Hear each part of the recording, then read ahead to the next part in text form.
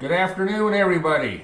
Bill O'Leary here, Legacy Planning Law Group, on this Thursday. Great weather out there, and so coming to you live here Thursday for our Thirsty Thursday series. And for those that haven't seen it before, maybe stumbling across it, what this is a series where every Thursday at about this time I go live to talk about a topic of interest that might deal with estate planning, elder law, sort of the kind of law that we do here at Legacy Planning Law Group. So again, as I like to say, if you're thirsting for knowledge, you've come to the right place.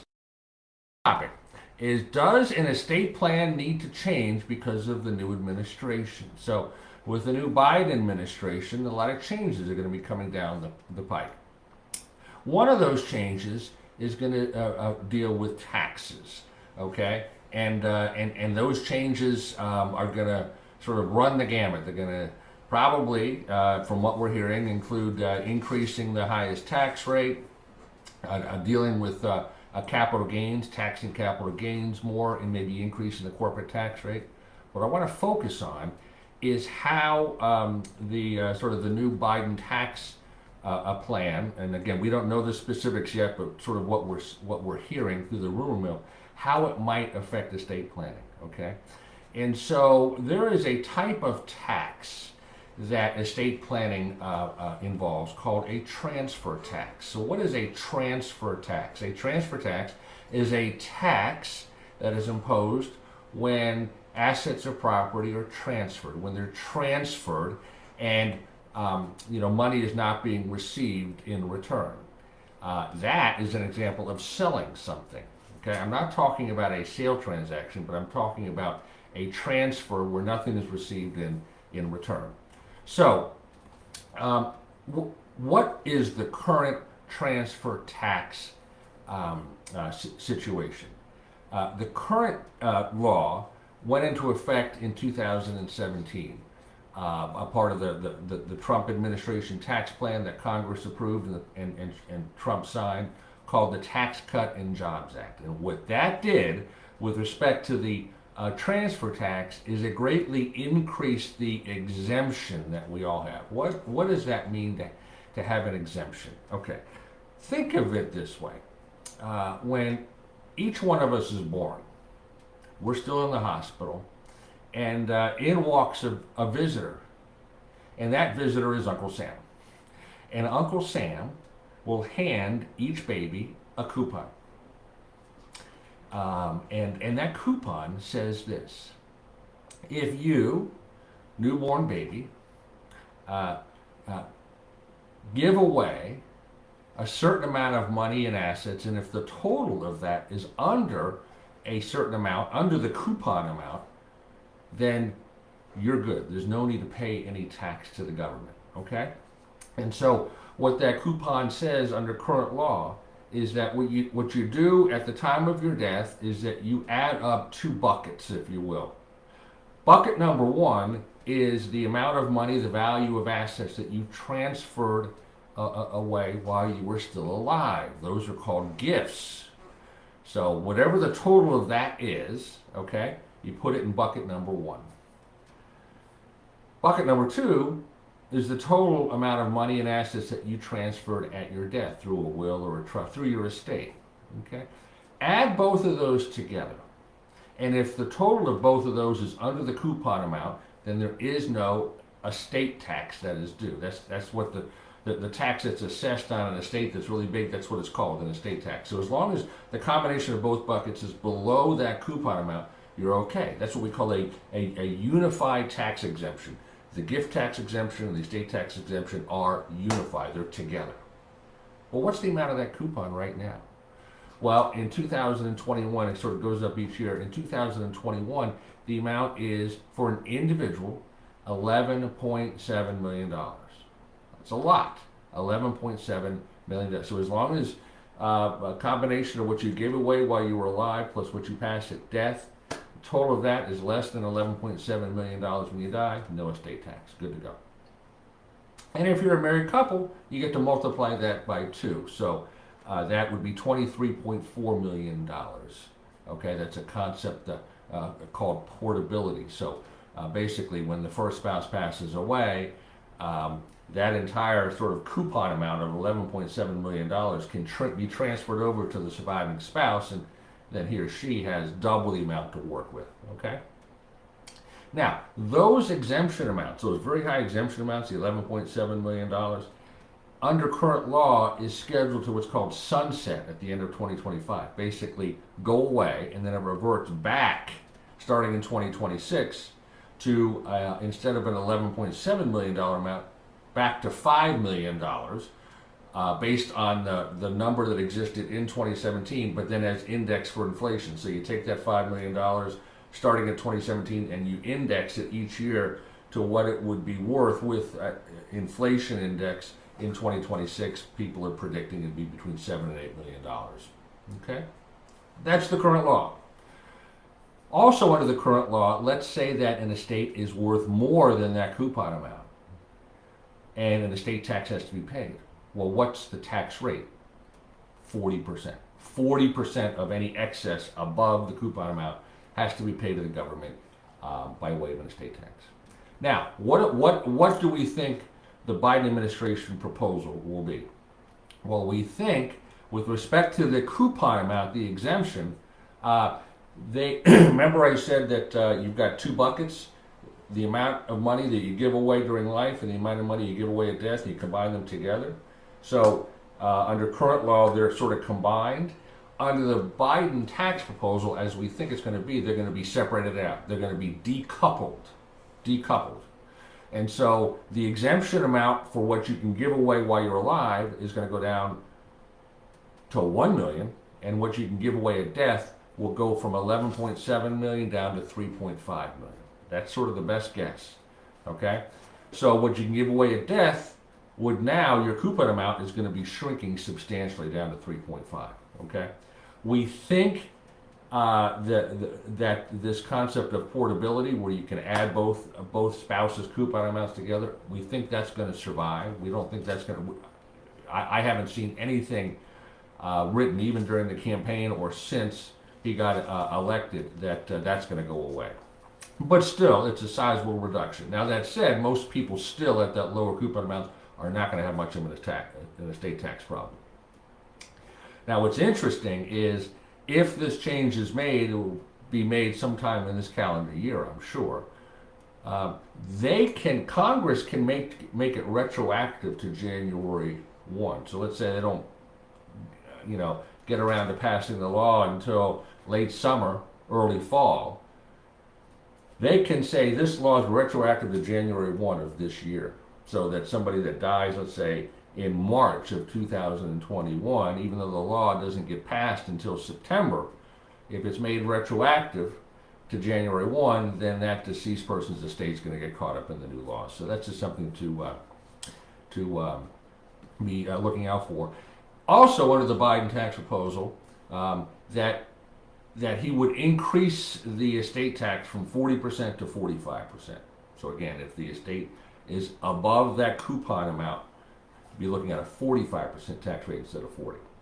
So that is what we think Biden is proposing with respect to the transfer tax. There's another very big concept that is being floated out there, and that is with respect to what happens to the tax value, if you will, of an asset when you die. Okay, what does that mean? Let's take an example that you own some, AT&T stock, okay, and you bought it for $10,000. It could be a piece of real estate you bought for $10,000. So whether it's stock or real estate, you bought it for $10,000 25 years ago, okay, and today it's worth not $10,000, but it's worth $25,000. So in that 25-year period, it's gone up by $15,000 in value, okay? Now, if you, as the owner of that stock or real estate, were to turn around and sell it, that you would probably have to pay a tax, what's called a capital gains tax, on what amount? Not the full $25,000 that you sold it for, no, but only on that $15,000 that it went up in value. You paid the first $10,000, okay, to buy it. you used after-tax money to make that purchase, money you earned in your job, so it wouldn't be fair for you to have to pay another tax on that original $10,000. That $10,000 is what's called your tax basis in the property. But you would have to pay a capital gains tax on the amount that is increased in value from 10 to 25 because that hasn't been taxed yet. Okay. Let's say instead of you selling it, you give that asset away while you're still alive. You give that asset away while you're still alive to your child. Now your child is holding the stock or the real estate that's worth $25,000, and they then the next day turn around and sell it. Do they have to pay a tax like you would have had you sold it instead of giving it away? And the answer is yes. It'd be the same tax that you would have paid because their basis in that asset is what yours was. So it's what's called a carryover basis. They basically take on the same basis. What if instead of selling it or giving it away, you hold it until you die? And it's passed on to your kids, let's say. And they turn around the next day and sell it. Do they have to pay capital gains tax just like you would have had you sold it? Or they would have had it been given to them while you were still alive? And the answer is no. Because what happens is the basis in that asset, in that stock or real estate, is adjusted on the day that you die. It's adjusted to the fair market value of that asset on the date of death. So if it was worth $25,000 when you die, the basis of that asset is adjusted from 10 up to 25, and then the kids turn around the next day and sell it for $25,000. They don't pay any capital gains. That's what we call a step up in basis. The basis is stepped up to the date of death value. Of course, you could have a step down in basis, couldn't you? Sure. Let's say from the time that you bought it for $10,000, it's gone down in value to 5. But usually, things go up in value, not down. During the recession, 10 plus years ago, we had a lot of step down in basis, but typically it goes up. So that entire potential capital gain that you would have had to pay had you sold it is wiped away. That's the current law. What is Biden possibly? Eliminate the step up in basis. Eliminate the step up in basis. Why has that step up? Why has that step up in basis been sort of around? Why is it in the law? It's been around for many decades. For ease of administration and simplicity, and the idea, and this goes back, decades, where Congress felt it would be an administrative nightmare if a child were to inherit stock or real estate from mom or dad. They have to go back and figure out what the original cost basis was decades earlier. So we're going to make it easy on everybody. We're just going to wipe the slate clean.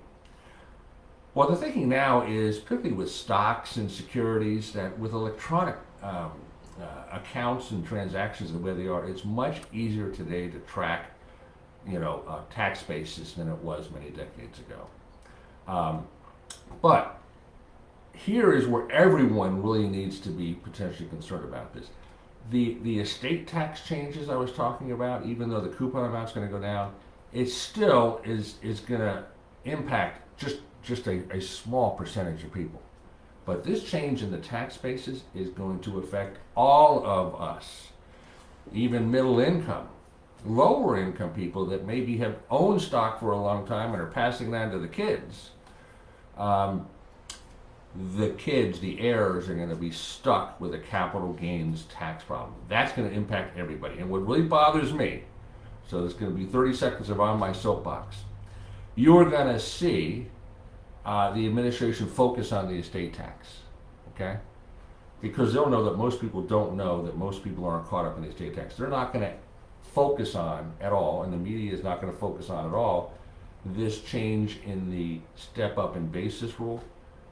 This is going to result in a huge tax increase on everybody, but very few people will even realize it or understand it. So typical politician, you say, look over there, when the real problem is over here. Both parties are guilty of this. It's a way to create basically a stealth tax increase. So that's my soapbox. I'll get off of that. So again, these are some things that I think we're going to be seeing coming down the pipe. So the question is, should you review your estate plan? You know, it's important for you to understand what your current estate plan says to be sure that it minimizes taxes as much as possible. So ask yourself these questions. Do you fully understand your estate plan? Do you know the total value of your assets and your liabilities?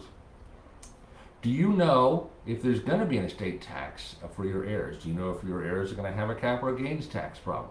Hey, have you reviewed your beneficiary designations recently? When was your estate plan last updated? That includes your will, your revocable trust, your powers of attorney, your advanced healthcare directives, living will, all of that. Okay? When were they last updated? The point is that even though we have these tax changes coming down the pike, planning can be done. Planning can be done. And having an experienced estate planning attorney to create an estate plan or review an existing estate plan now is more important than ever, rather than just waiting to see what the future may bring, and it may be too late at that point. So I hope you've enjoyed this this talk on whether an estate plan needs to change because of the new administration. If you'd like to learn more about it, or maybe how we can help, we'd love to talk to you. You can book a free 15-minute phone call with us. Just go to the Book Now button on the Facebook page, or you can just Google us, Legacy Planning Law Group. Okay, and you can schedule a free 15-minute phone call. The purpose of this call is to see whether we would work well with each other, and also to better understand what are your concerns, what are your objectives, so that way we can tell you if we can help you. Okay? So, hey, if you've liked this, if you've enjoyed this video, I would ask that you like it on Facebook, and better yet, if you would share it, all the better to get the word out. So, again, I hope you've enjoyed this talk. I plan on giving another talk next Thursday at about this time. Again, same day and time, just a different topic. So if you're thirsting for knowledge, you've come to the right place. So on behalf of everybody here at Team Legacy, signing off for now, Bill O'Leary, and go make it a great day and a better world.